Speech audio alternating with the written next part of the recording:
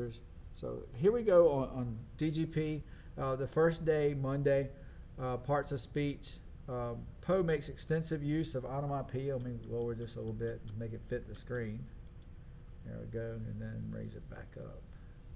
Do it differently. Maybe that's a little too much right there. Wow. All right. So Poe makes extensive use of onomatopoeia in his poem, The Raven.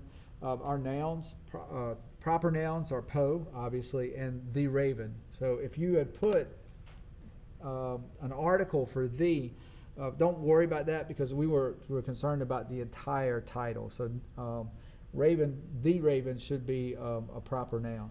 Other nouns are use, onomatopoeia, and poem. And pay particular attention to use because it's definitely not a verb, and we'll use that, pardon the pun, in just a minute. All right, makes is a verb. It's an action verb. It's in present tense.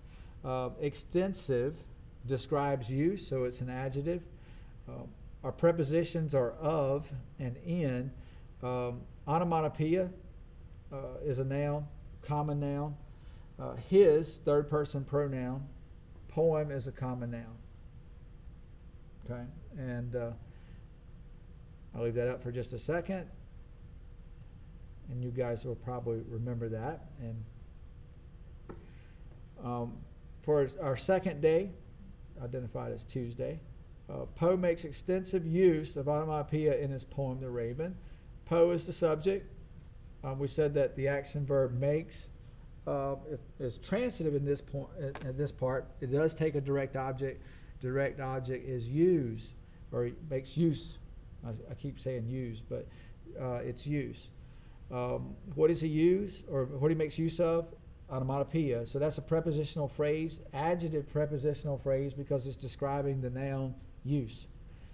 In his poem, The Raven is an adverb prepositional phrase. The object of the preposition is poem. I forgot to say the object of the preposition for the first one was onomatopoeia. That's pretty obvious because there's only two words in it. But in his poem, poem is the object of the preposition. The Raven is not. The Raven renames poem, so it's the appositive. The Raven isn't an appositive. That's why that line is there, to show you that we have to incorporate both words. Adverb prepositional phrase because it's what he makes. You know, where does he make it? It's in his poem, The Raven. So that's why it's an adverb prepositional phrase. And moving on. All right. I hate that I have to scroll up and find that arrow. I should just be able to do it. It's obviously it's a simple sentence. Only one independent clause, stands by itself. You know, the highlight gives it away. Ta-da! Yeah, kind of makes it easy. And let's see. You know, I forgot to unpause the recording on Zoom. That doesn't matter because I don't want people to know the answers yet. I am recording it here on Ecamm, which will be posted tomorrow. And last two pages. I will say that the diagramming is fairly optional. But it's also I make it fairly easy with the pull down words, and so we'll get to that in just a minute. Some people tend to want to use a comma. There's no comma in here. Poe is capitalized. The Raven, both of those words are capitalized. Because it's a poem, it has to be in quotation marks. It's not a book, so it's not going to be underlined or italicized. And the period, I know you can't see it, but it goes right before the quotation mark, so it's within the quotation marks. So yeah, I can raise it up like that, and you can see it. Okay, I mean, when it says simple sentence, it's a pretty simple sentence. And then last but not least, the diagramming. Let me get this on the right page. Click and drag the correct word. I already did it. Rats. So Poe makes use of. I'm going to blow that up.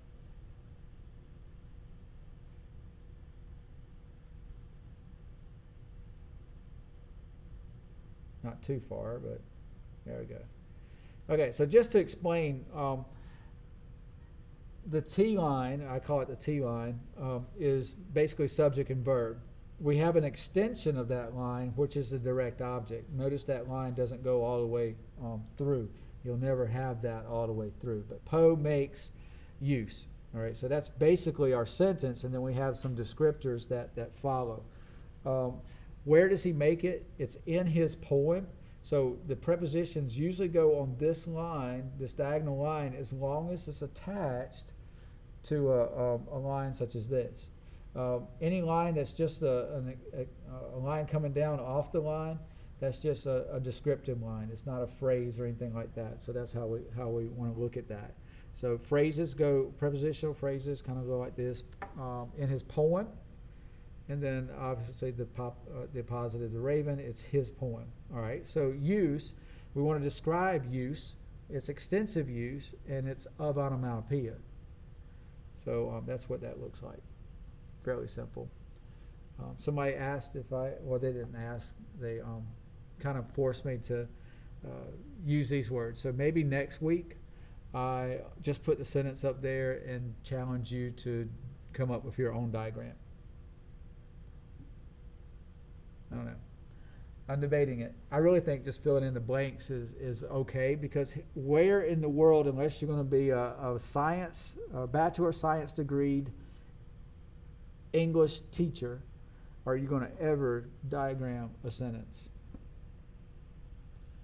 And as soon as I said that last class, one of the guys sitting back there, a baseball player, a pitcher, believe it or not, said, then why are we diagramming? And again, I would say it's optional. Well, here's the reason that you're diagramming. It helps us see where words go in a sentence, where it makes it make sense. Eventually, I guess the thought process is if you're writing well, and seeing how to write well, seeing the science of how words should go together, at least as far as grammar, this is appropriate. This kind of just breaks it down and said this is why it goes in the place that it goes. So I never did diagramming until I got back into high school as a teacher. So one of the necessary evils. All right, so that's about it for the time. I just want you to go see that, and hopefully everybody just have a nice day. Good weekend, because this is a video, so have a great weekend.